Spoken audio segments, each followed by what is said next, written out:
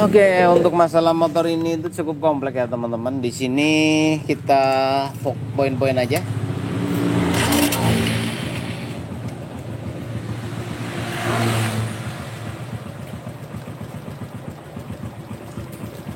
Dikeluhkan sama yang punya itu, di sini ada suara gelodok-gelodok sama suaranya kembelitik dan olinya kadang habis. Ya, ini kita fokus masalahnya banyak untuk kayak showbreaker dan lain sebagainya. Kita bahas yang ini dulu, dimana ini tuh katanya di sini koplingnya itu bunyi gelodak-gelodak, terus ada suara ngitik. Nah, ngitiknya ini yang saya belum dapati. Ini mesin udah dibunyikan, ini udah panas, ini udah dicoba kondisi panas, suara ngelitiknya wajar. Nah, ini mungkin. Nah, kan ada suara tek tek tek tek gitu, tapi waktu langsam gini enggak. Kita putar. Nah, mungkin jika ini digunakan perjalanan jauh, suara ngelitiknya kencang. Masalahnya di mana? Itu di rantai keteng. Jadi ketengnya itu kalau udah dipakai panjang jarak jauh itu akan ngendor dan suaranya jadi nggak hilang-hilang. Tapi kalau kondisi dingin dia sembuh lagi. Masalahnya di keteng. Kemudian untuk oli yang suka habis itu ada kebocoran, kalau nggak dari ring piston ya dari seal clamp. Ada dua kemungkinan, bisa dari sini. Cuman saya pantau dari tadi tidak ada asap di knalpot. Ya, asapnya itu tidak nampak di mata saya di knalpotnya. Namun biasanya pada tipe Suzuki itu knalpotnya memiliki sekat yang cukup keren dan dia bisa bikin asap bener-bener nggak bisa kelihatan. Karena apa? Knalpot ini memiliki kemampuan menyaring emisi luar biasa. Jadi kalau motor ini ngebul-ngebul dikit gitu, itu nggak akan kelihatan di belakang. Nah, makanya olinya habis tapi nggak berasap. Ini sering terjadi kasus kayak gitu pada Suzuki. Itu faktor knalpot yang cukup bagus untuk menahan emisi. Nah, jadi keluarnya itu bener-bener udah nggak putih lagi. Keren sih knalpotnya gitu. Tapi ya gitu, akhirnya lu jadi nggak nyadar kalau olinya itu sebenarnya kebakar. Cuma kita kesulitan mendeteksi olinya kebakar apa enggak, karena knalpotnya sangat mampu menyaring emisi dengan sempurna. Tapi dia tidak mampu menyaring emisi dari kebanyakan bensin. Kalau keborosan, knalpot ini akan mengeluarkan asap hitam. Tapi pada waktu normal pun dia tetap mengeluarkan asap hitam. Itulah. Jadi dua masalah tadi udah saya coba jelaskan. Ngelitiknya dari suara ketang, asap hilang itu dari kebocoran antara seal clamp dan ring shaker, lalu gelodak-gelodaknya nih.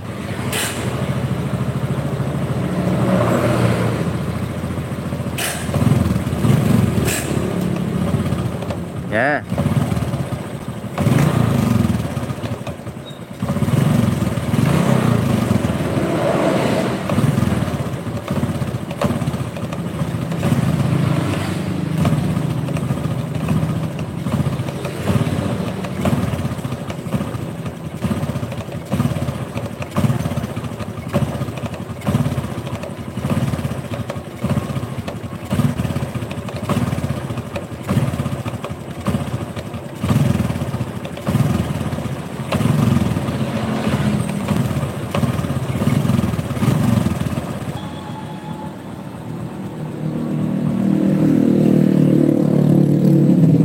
Oke.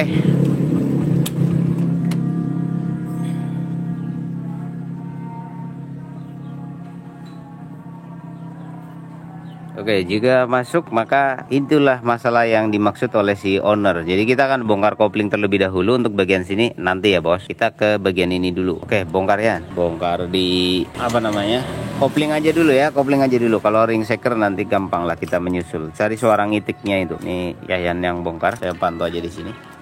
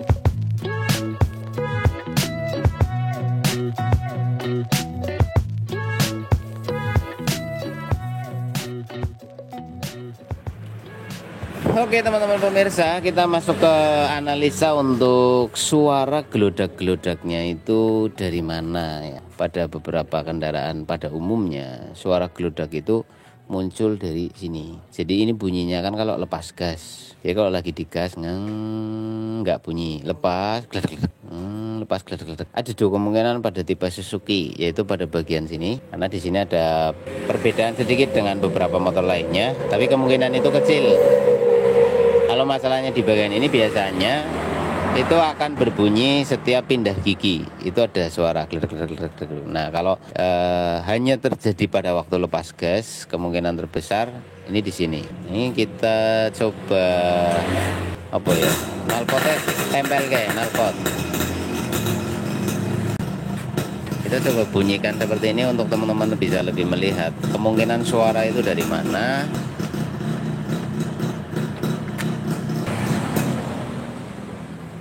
Oke.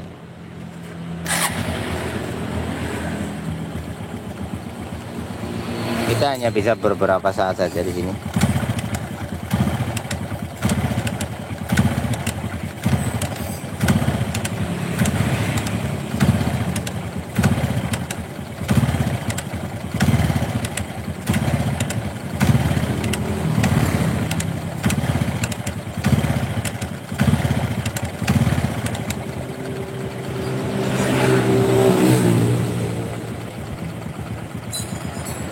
Nah, di sini kita akan coba masukkan gigi.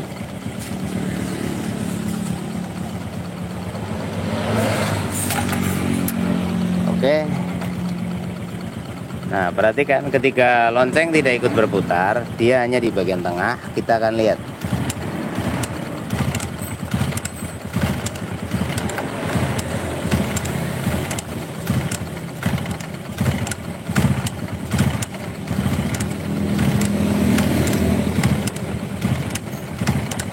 Nah, cukup ya, netralkan lagi. Di sini teman-teman bisa melihat bahwa suara itu bunyi bukan dari sini, karena ini tidak berputar. Suara masih ada. Masalahnya dari mana? Kampas gandanya. Kampas gandanya itu ngembang, baliknya itu bunyi klak. Jadi pas angkatan dia juga bunyi tek tek tek tek tek tek tek tek gitu. Nah, karena dia dalam putaran jadi tetek tetek tetek tetek tetek. Kita bongkar ini kampas gandanya. Kalau dari ketebalan mungkin masih tebal, cuma baliknya bunyi dia. Yuk copot aja. Oke, seperti itu. Nah, kita bakal perhatikan di sini. Ketika dia mengembang, set, ini terjadi benturan di sini, Pak. Baliknya nggak lembut dia, jeduknya nih, benturan antar kampas. Jadi kan gini meregang, dia akan ketemu lagi, tek, gitu loh, Pak. Meregang, tek. Ini jadi bunyi tetek tetek tetek tetek tetek sini. Maka masalahnya di mana? Bantalannya. Bantalannya tidak lembut, jadi dia itu malah jadi hentakan. Tetek tetek tetek. Ya, satu. Kemudian berikutnya, ini kan tipe sautnya hanya dua gini. Bisa dikatakan dua yang dominan. Kita perhatikan di sini. Ini kan terbaut kencang, termur kencang, maksudnya terkunci. Ini ditahan pakai ring kuat. Ini tetap ada space di sini. Ini ya, kita kasih lihat lagi lebih rinci ini, Pak.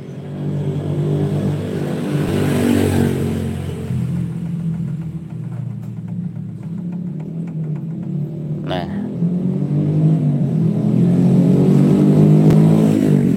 jadi hanya bertahan pada ring yang ngepres ke sana.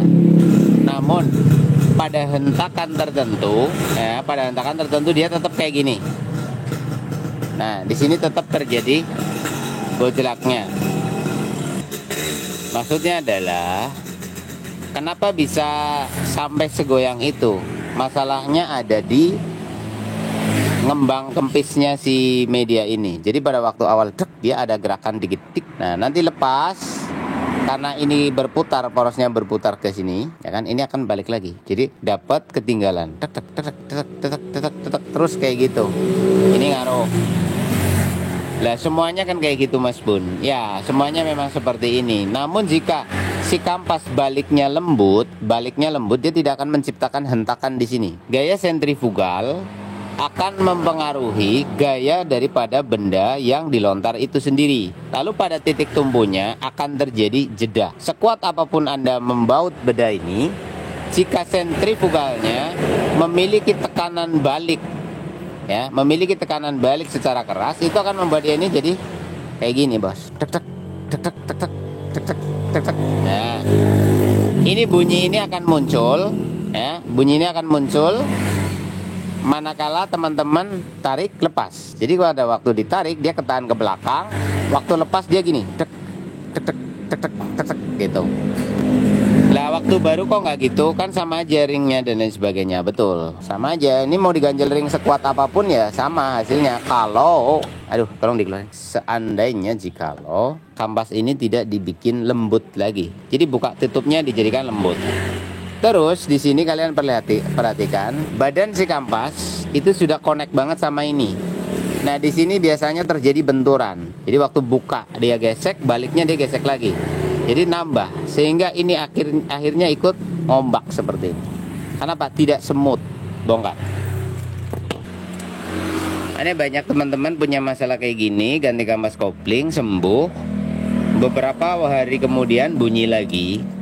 Ya karena ada yang kembali seperti posisi awal. Jadi dia itu kasusnya kayak gitu lagi, keras lagi. Nah gimana biar dia tetap semut? Yaitu ketelitian pemasangan, nilai gesekannya berapa dan lain sebagainya. Caranya kayak gitu.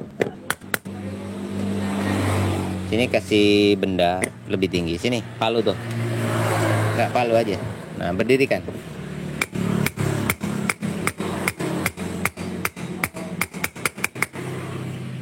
Kencang sekali, luar biasa Suzuki itu memang sangat presisi sampai nggak bisa keluar kalau nggak benar-benar center. Kalau Honda digini udah lepas bos. Kalau ini nggak mau, dia harus benar-benar center.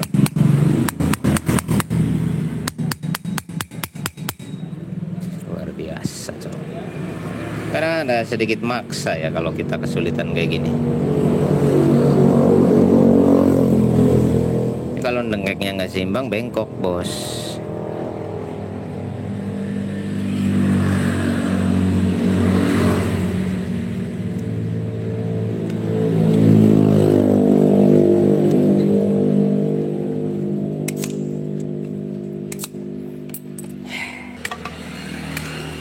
Suzuki itu Jen apa-apanya sangat presisi Pak, benar. Nah kan, gila. Dan anehnya dia nggak longgar-longgar gitu loh bos. Padahal cuma kayak gini, kekuatannya ini luar biasa.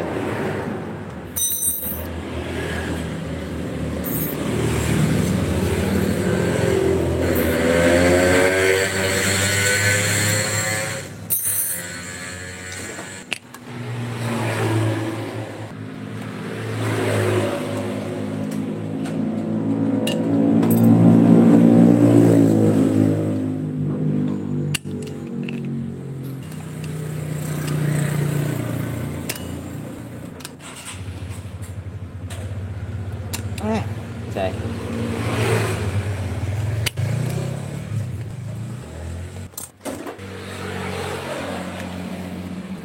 Yuk kita perhatikan di sini.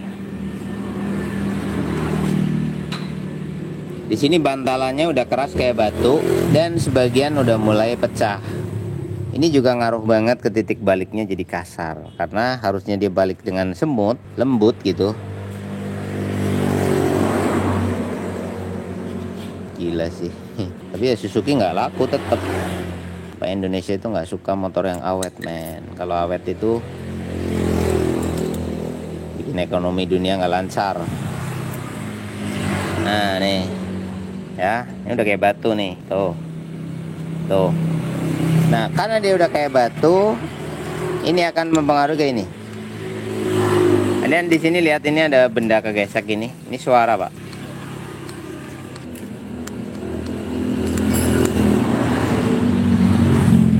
Dia kerjanya gini, makanya ini bantalan ini harus empuk. Nah nih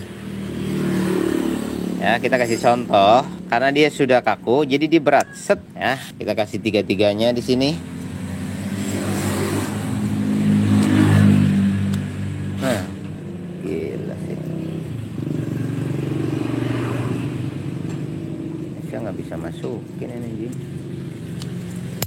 Nah.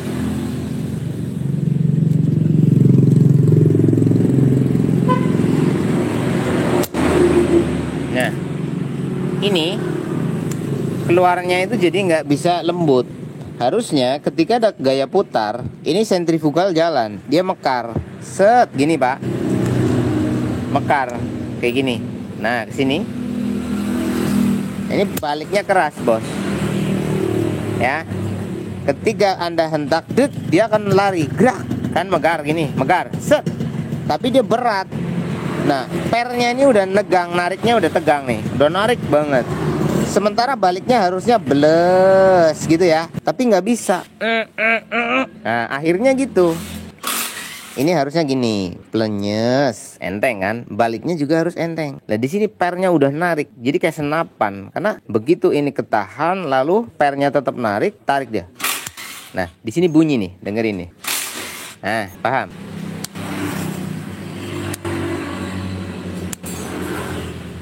Nah. Dengar nggak audionya nih? Ini saya mau nekan pelan-pelan nggak bisa karena keras. Akhirnya menghentak. Tak. Nah, sekarang Anda perhatikan di sini. Di sini tuh ada bekas pukulan-pukulan setiap harinya. Nggak bisa halus. Set. Pasti ada. Saya pelan-pelan ini. Giliran mau terakhir. Nggak bisa gini pak, slep gitu ya. Jadinya gini, cuk cuk gitu loh pak. Paham? Cara ngobatinnya, Anda ganti ini pakai yang original ya. Terus cek bagian ini longgar nggak? Inilah hebatnya Suzuki. Udah motor setua ini di sini nggak longgar juga ini. Anjay, ini benar-benar nggak longgar. Yang paling cepat longgar apa? Yamaha. Yang paling cepat longgar itu ya Yamaha. Bagian ininya. Coba sih kamu buka Yamaha, ininya pasti oblak, oklik. Makanya Yamaha itu gampang banget bunyi kletak gitu. Pada Supra 125 nggak begitu. Supra 100 sering. Masalahnya cuma di ini, gandanya. Nah ini, kalian dengerin, ada suara. Nah suara ini akan bergabung jadi satu di telinga kalian. Jadi kalau tarik, drak ya, hentak gasnya, drak. Lepas gas, kletak. Lepas gas, geletak. Satu kali geletak, nanti dapat beban dorong dari roda belakang. Dari roda belakang. Geletak lagi. Geletak. Lah kalau lagi parkir, gasnya yang penting ini stabil ya. Ini stabil, nggak bunyi. Dia muter stabil. Nggak bunyi. Tapi gasnya ditambah dikit, lepas tutup, lepas tutup pasti geletak. Nah makanya motor ini kalau parkir adem. Tapi ininya kok geletak. Karena ini gini pak, kena gaya putar dia buka nutup.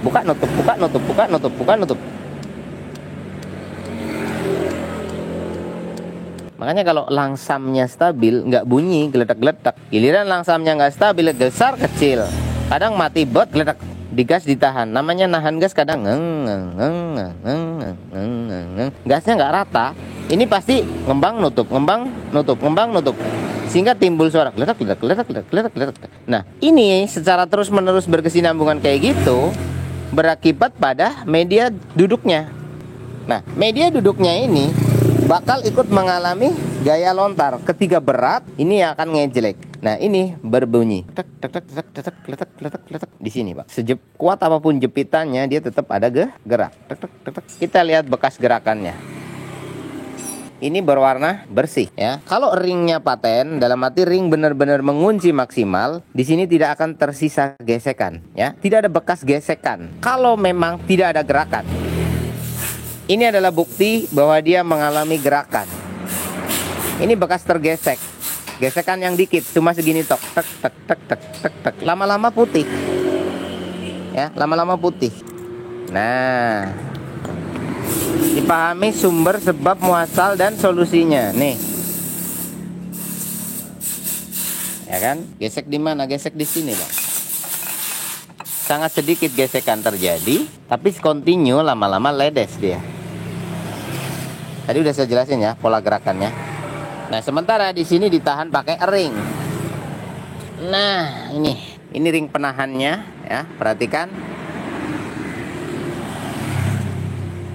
Ini bekas gesekan ini, Pak. Ya, berarti dia bergerak ini. Ya, kalau kondisi normal semua ini nggak gerak. Tapi karena gaya sentriknya terhambat, hambatan itu akan membuat media duduk dari benda penumpu sentrik akan ikut bergerak karena ini tipe cautnya itu tidak seimbang, nggak kayak Honda. Perhatikan. Ini bekas gesekan, dia tertahan di sini. Nah, dia di sini ringnya lebar. Lalu di sini ada ring cekung. Nah, ini ada ring cekung. Ya. Ini dipres, Pak, dipres. Cet. Sementara di sini ada titik kambangnya. Ring ini jentir. Lu tahu jentir nggak? Yang harusnya gini, dia jadi gini. Set. Makanya sisi luar sini. Nah, sisi luarnya ini kok nggak ada gesekannya, ya? Sisi luarnya kok nggak kegesek, Mas Bun? Kan ringnya lebar. Kenapa hanya tengahnya? Ini ring kecil, Pak, di tengah. Maka yang mendapat nilai tekanan lebih kuat adalah bagian tengah. Nah, sedang bagian tengah adalah titik floatingnya. Makanya di sini ngepres. Ini mengkelung ringnya. Perhatikan. Nah, ada nilai cekungannya di sini. Ya, efek kepres. Mekaten gitu, Pak, Bu. Dijelaskan sama saya. Jadi kalau mau nyembuhin gimana? Apa cukup dengan mengganti karet ini saja, Mas Bun? Bisa jadi kamu ganti karet ini saja, ini bakal sembuh dan bisa jadi solusi. Tapi saya yakin beberapa waktu ke depan akan bunyi lagi. So, gimana caranya? Langsamnya distabilin. Langsamnya harus stabil agar pada posisi parkir si kampas ganda tidak ngembang kempis, alias stabil. Dia akan ngembang ketika ada putaran tertentu.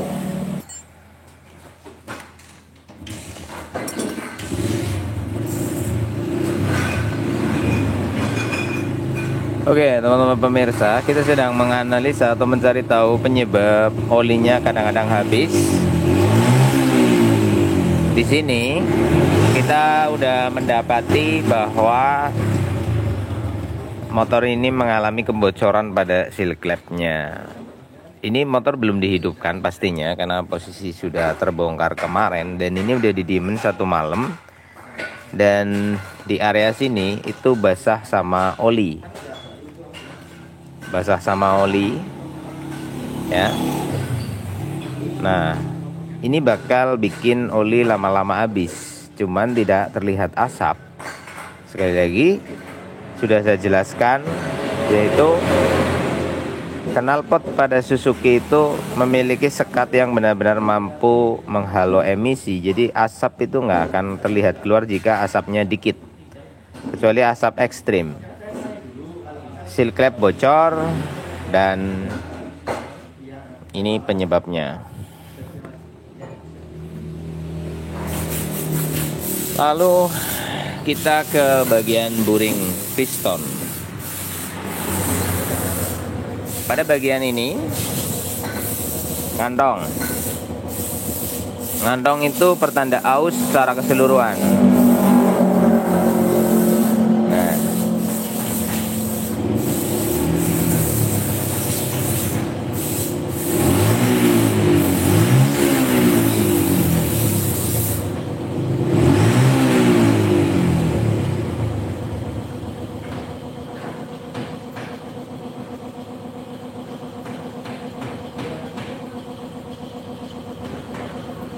itu aus yang tergores oleh ring, tapi secara ya karena umur ya pemakaian, jadi dia tetap lama-lama aus, cuman tidak ada baret-baret, tidak ada luka-luka serius di sini. Kemudian pada pistonnya ini masih sangat mulus dan masih sangat bagus. Kita akan cek pada bagian ringnya.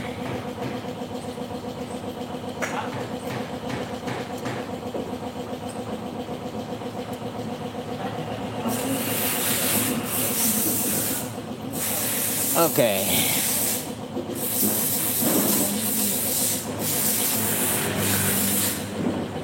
Ini akan memperlihatkan bahwa posisi ring dan seker sudah tidak rapat, sehingga oli keluar.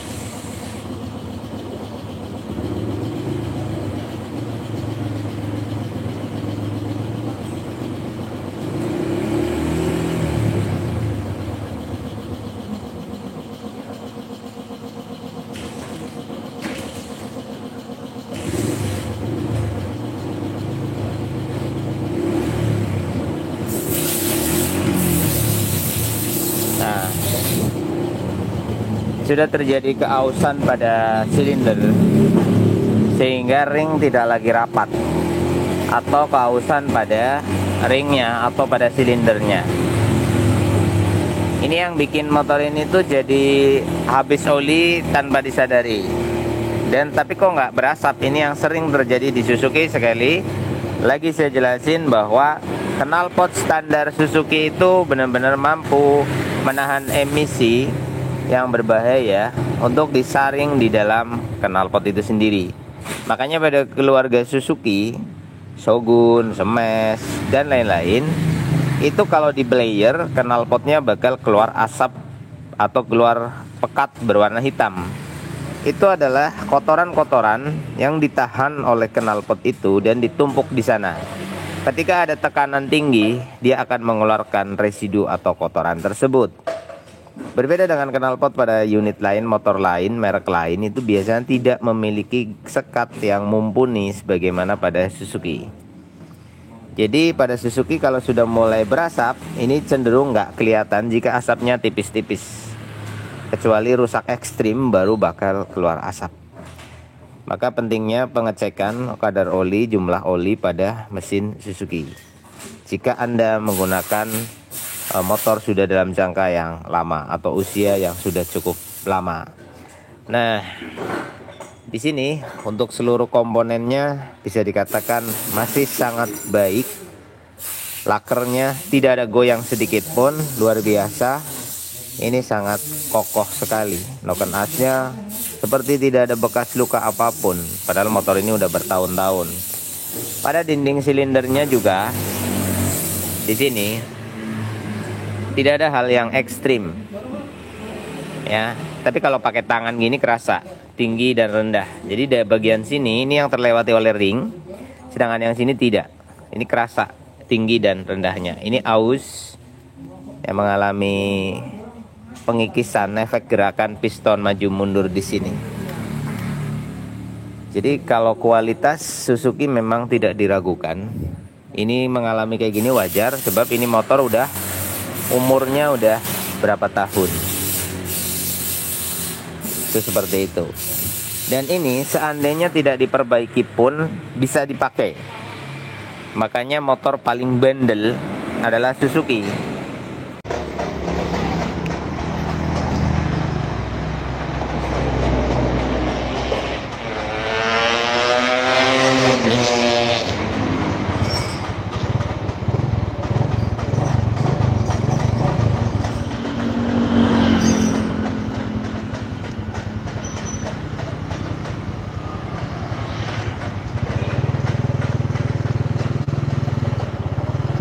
Oke.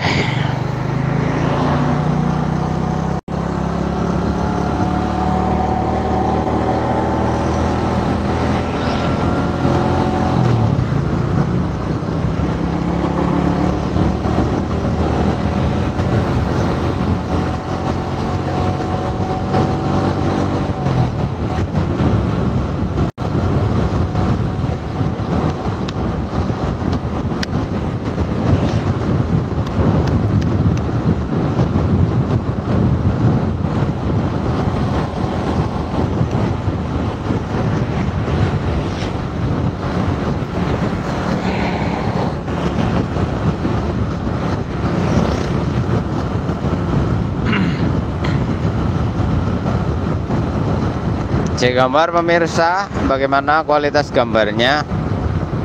Apa masih burik juga?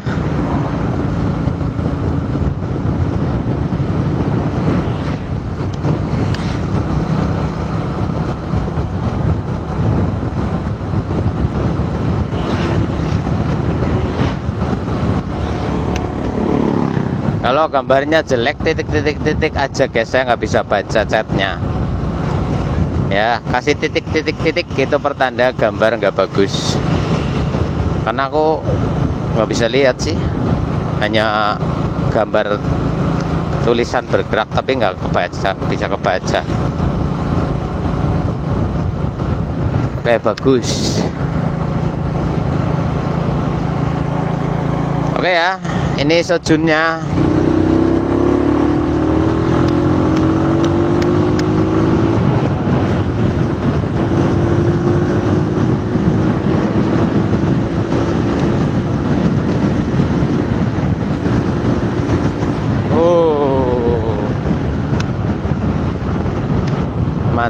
tenaganya guys. Shockbreaker depan juga udah dicek-cek, sepris. Oke. Seperti biasa kita sampai di sini yang teduh.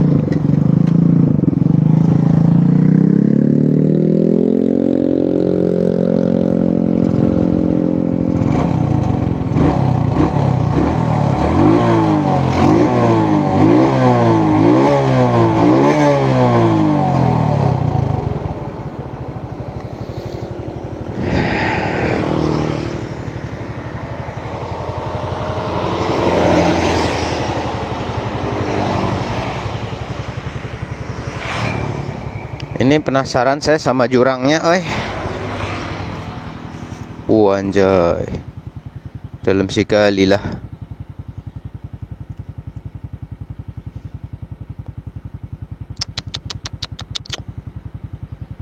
Di bawah sana itu dalam sekali guys.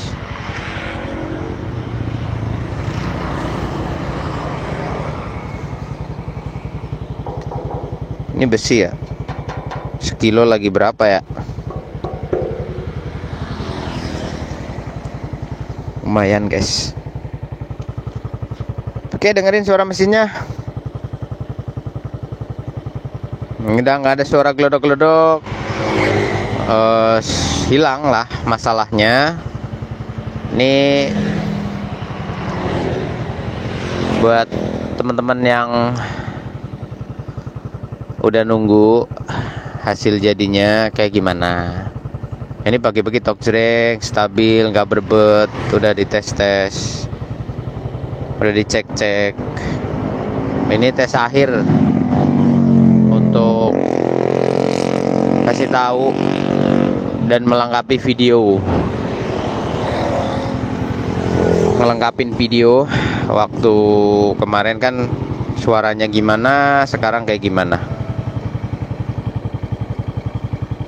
Oke geng.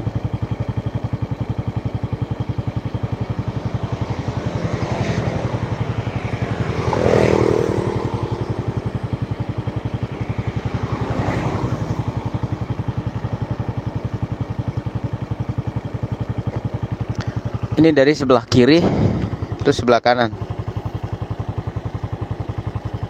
Kan awalnya gluk gitu kan. Itu gandanya, seperti yang udah saya jelasin sama teman-teman.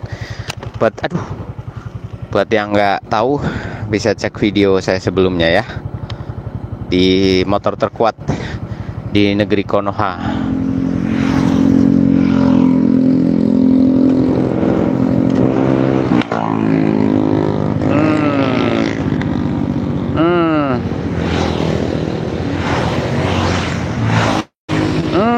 Gila, horor nih, jalur cepat coy.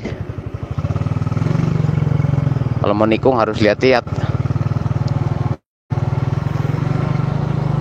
Oke. Ini gigi 1 2. Oke. Nggak pakai delay, langsung dapat.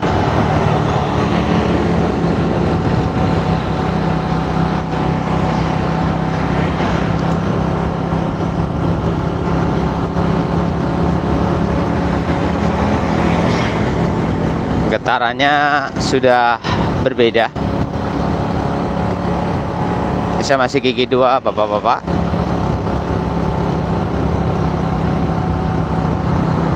Gas.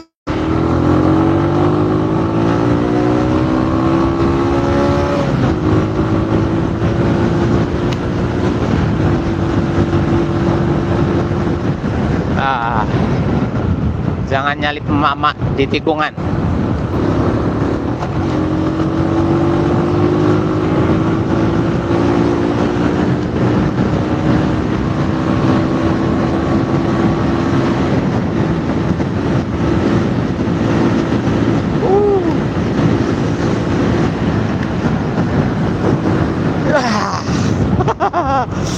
Aduh.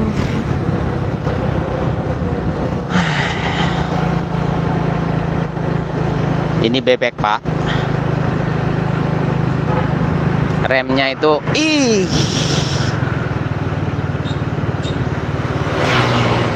remnya itu nggak bakal bisa kayak motor rangka motor sport, bakal ngelimbung kalau ngerem dadak.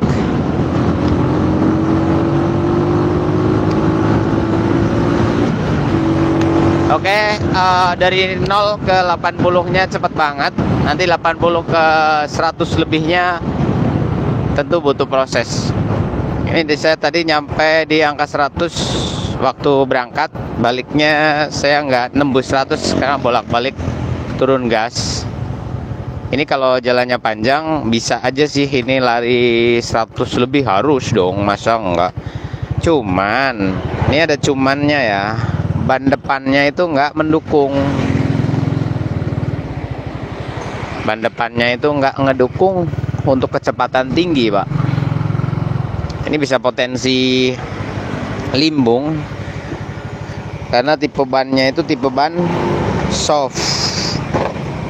Jadi kalau mau kebut-kebutan, ini jangan tipe L ya. Nah, ini ban kayak gini nih paling letoy. Perhatikan tuh. Jadi dia itu nggak kenceng, jadi oyok. Kalau bannya dikerasin resiko meledak. Ya, ini kan 4PR 2501738L NF47 nih kode apanya. Terus ini ban mana ya? Bannya kadaluarsa. Ini ban tahun 2014. Ya Pak ya, ini ban tahun 2014, minggu ke-31 ini proses produksi. Sekarang tahun berapa? Jadi ini kaku, tapi dasarnya dia lembek. Jadi kalau buat manuver itu dia limbung, Pak, ceritanya. Ya, limbung.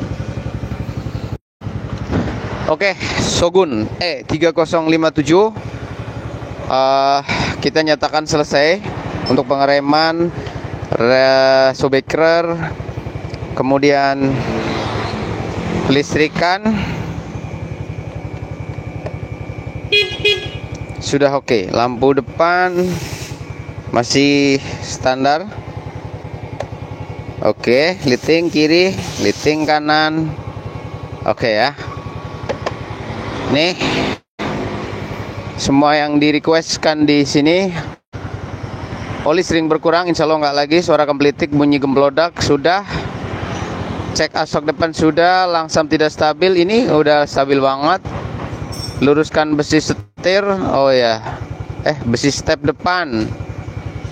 Cek indikator bensin. Indikator bensinnya udah oke, udah beres. Kemarin kan kedip terus, ini udah nggak disipul. Nih langsamnya luar biasa, super stabil. Insya Allah oli nggak habis lagi kan. Penyebabnya ada di video 1-2 ya. Ini video 3 untuk hasil akhirnya. Sekali lagi, bannya tidak layak untuk kecepatan tinggi ya Pak ya, dalam durasi yang panjang. Beresiko karena ban kadaluarsa. Apalagi di trek pasir, manuver, hati-hati dengan roda yang sudah kadaluarsa. Depan belakang bannya 2014 semua ini. Bukan nih. Yang belakang 2015. Yang belakang udah gantian dengan tipe NR47, FR135, tipenya 41P. Kodenya P ya Pak ya di sini. Ganti pakai kode yang lebih tinggi Pak, jangan P. Kalau P itu terlalu soft. Bukan untuk kebut ya. Tapi keunggulannya pakai yang kode P itu lembut. Lembut ya, tidak kaku. Biasanya sih kayak gitu. Oke, semoga bermanfaat. Dan juga untuk melengkapi video penanganan Shogun 125-nya, Ini kita nyatakan sudah selesai, dan ini butuh proses inline ya Bapak, karena ini motor adalah motor quarter. Dan pastikan pola inline-nya bisa dipahami Bapak, atau perlu saya jelaskan di sini. Lalu nanti olinya ini ya Bapak, olinya ini sudah kita beri oli untuk pembersih yang bagus. Nanti Bapak pakai jarak ya Pak ya, 1000 km ganti ya Pak. Kalau mau pakai kilometer silahkan diganti di 1000 km ya Bapak. Kalau Bapak kesulitan untuk mendatanya, bisa ditempo 2 bulan jika motor Bapak ini super aktif ya Bapak. Kalau motornya tidak aktif ya bisa 1 bulan ya Bapak. Nanti setelah itu kalau motor Bapak aktif, lakukan penggantian di jarak 2.500 sampai 3.000 km ya Bapak. Kalau Bapak sayang bisa di 1,5 ribu saja, tidak masalah ya Bapak. Lah begitu. Kemudian ada lagi untuk inline ya Bapak. Jika terjadi di suatu hari nanti motornya di starter tidak bunyi ya Bapak, Bapak gunakan fitur yang ada di sini ya Bapak. Nah, dicuk dulu tidak apa-apa. Kalau ini sih insya Allah tidak perlu dicuk Pak, tetapi fitur ini disediakan untuk digunakan ya Pak. Fitur ini berguna. Iya Pak, nggak kayak manusia punya fitur yang ada tapi nggak berguna. Apa itu? Wudel Pak. Saya sampai hari ini belum tahu cara menggunakan wudel. Iya, dia cuman jadi fitur aja Pak di sana. Saya belum tahu cara pakainya, untuk apa kegunaannya, kecuali hanya fitur gitu Pak. Iya itu. Kalau ini fitur berguna ya Pak ya. Jadi kalau susah hidup tinggal ditarik aja. Kalau fitur di bawah wudel saya sudah tahu gunanya Pak. Iya, saya sudah belajar banyak. Kalau wudel sampai hari ini saya bingung gitu. Tapi di bawah wudel ya sekitar 1 kilan gitu, saya tahu itu fitur sangat berguna sekali Pak gitu. Iya, sudah barangkali seperti itu ya Bapak. Nanti untuk perawatan selanjutnya cukup melakukan penggantian oli saja Bapak. Untuk perbaikan servis karburator tidak perlu dilakukan ya Bapak jika memang tidak ada kendala. Jadi tidak perlu bolak-balik masuk bengkel untuk melakukan perawatan seperti ngebersihin karbu. Kan motornya nggak ada masalah, tidak usah. Karena itu hanya akan berpotensi mengubah setting dan merusak baut-bautnya Bapak. Dihemat saja uangnya, ditabung saja. Iya Bapak, jadi kalau memang Bapak itu sudah nyediain, aduh gimana ya Mas Bun, saya tuh udah nyediain duit setiap bulan buat servis karbu. Berapa Pak? 35.000. Nanti saya kirim rekening ya Bapak ya. Iya, daripada buat servis motornya malah jadi rusak, mending nanti dikirim ke rekening saya saja setiap bulan 35.000, tidak apa-apa Bapak. Iya, reksadana ya Bapak. Kalau motornya rusak lagi, Bapak sudah nabung setahun gitu, berarti ada uang 3 juta lah. 350.000 ya Bapak ya. Oke, kemudian apa lagi ya? Mungkin saran, tips, dan masukannya untuk para pemilik motor atau si owner. Udah sih kayak gitu aja Bapak. Untuk olinya nanti bisa ditanya waktu pengambilan ya Bapak. Kita kasih tahu mereknya apa, dan untuk next seasonnya pakai oli yang merek apa.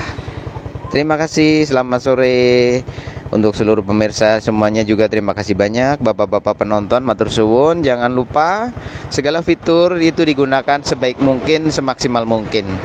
Barangkali bapak-bapak punya fitur yang nggak digunakan, monggo silahkan digunakan agar kesehatan tubuh tetap terjaga, kehidupan tetap terasa bahagia. Karena ketika salah satu fitur dalam diri kita nggak digunakan, hidup terasa hampa dan seakan-akan dunia ini fana. Matur suwun. Assalamualaikum warahmatullahi wabarakatuh.